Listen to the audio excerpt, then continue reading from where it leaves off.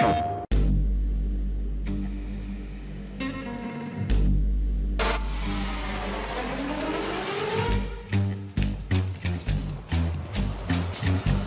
is survival racing, urban off-road racing, the party at the end of the world. This is as rough and rugged as any previous Motorstorm, if not more so.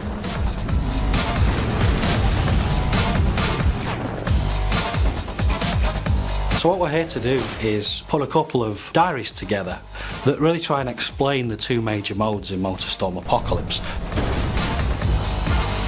Festival mode is the main single-player campaign in Motorstorm Apocalypse.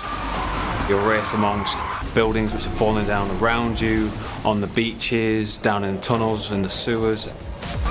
In this game, the festival represents a much more story-driven campaign. Every race has a sense of persistence. You go from track to track, and whatever happens in the last race will follow over into the next race. What we've got in Festival are 3 different difficulty levels. They're each driven by a different character. A rookie character, a guy we call the Pro, and Big Dog, the veteran. And you race as every character. You don't pick one of them. We've created much more accessible races in the start, and then much more challenging races at the end for the hardcore. So Festival mode, we're aiming for probably around 7 to 8 hours of gameplay for a player that's familiar perhaps with racing games.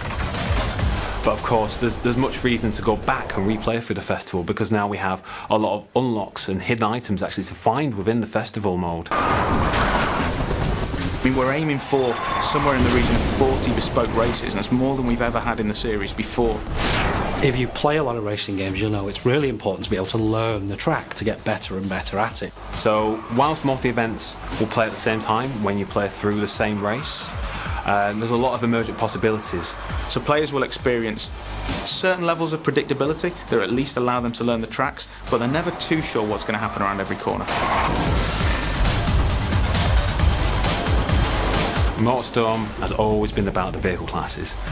We've now got 13 in total, which are 5 new vehicle classes. So you've got all the existing vehicles from the previous games, monster trucks, big rigs, buggies, bikes, etc., which all bring their unique style and handling abilities to the game. We're now introducing vehicles which are a bit more suited to the city. So vehicles like supercars, superbikes, choppers, muscle cars, and even super minis, more European style hot hatches. So they're all present in the game, but they've all been given the Motorstorm treatment. We noticed there was a lot of enthusiasm for taking the game into a city, but we really didn't want to do Motorstorm does urban racing. We wanted to do more than that and be more exciting. You're driving down the sides of skyscrapers, jumping from rooftop to rooftop, going down into the sewers, onto the train lines. This is as rough and rugged as any previous Motorstorm, if not more so. Because we've got all these different vehicle types and different parts of the city that we've created to use, there's a very different feeling between racing, say, a muscle car around the streets of downtown and racing a buggy down through the beaches and the parks. We made a very deliberate choice to give the player, or hand-pick the player, a vehicle for every race within the festival. And the reason being is that we can then tailor the grids, the AI that you're playing against, around that vehicle choice. For example, one of the races may feature the player on the bike, but then every other AI competitor has a big rig, and their objective is to just take you out. So you have to survive this race more than anything else. We've been somewhat famous, I think, in gaming circles for our soundtrack. This time around, we've gone for a completely different approach. We've got one of the world's leading movie composers, Klaus Badelt, who, for example, did the Pirates of the Caribbean soundtrack, and he's created 4 amazing pieces of music. But what we've also done is contacted some top remix artists and DJs. And they're going to give us an entire soundtrack that covers the whole game. And so what this allows us to do is to key back into the series and the soundtrack and the mood that elicits in the previous games, but also do something completely unique.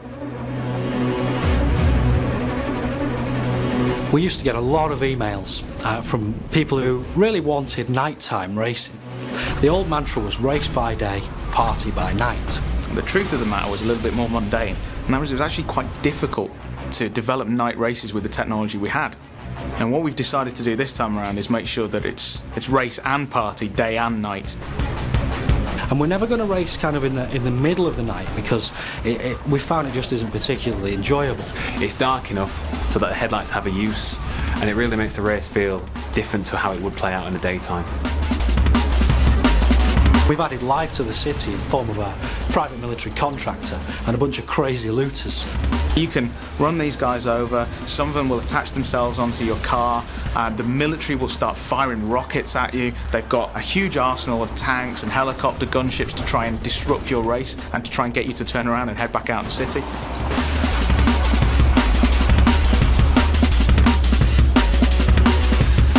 When you play the game, it feels different. It feels like no type of off-road racing experience you've had and no type of urban racing experience that you've had before. They kind of come together really nicely to offer a whole fresh take on this type of experience.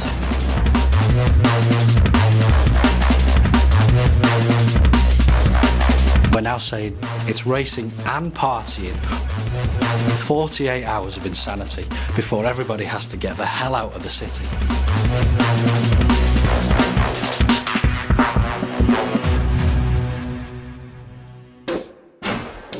PlayStation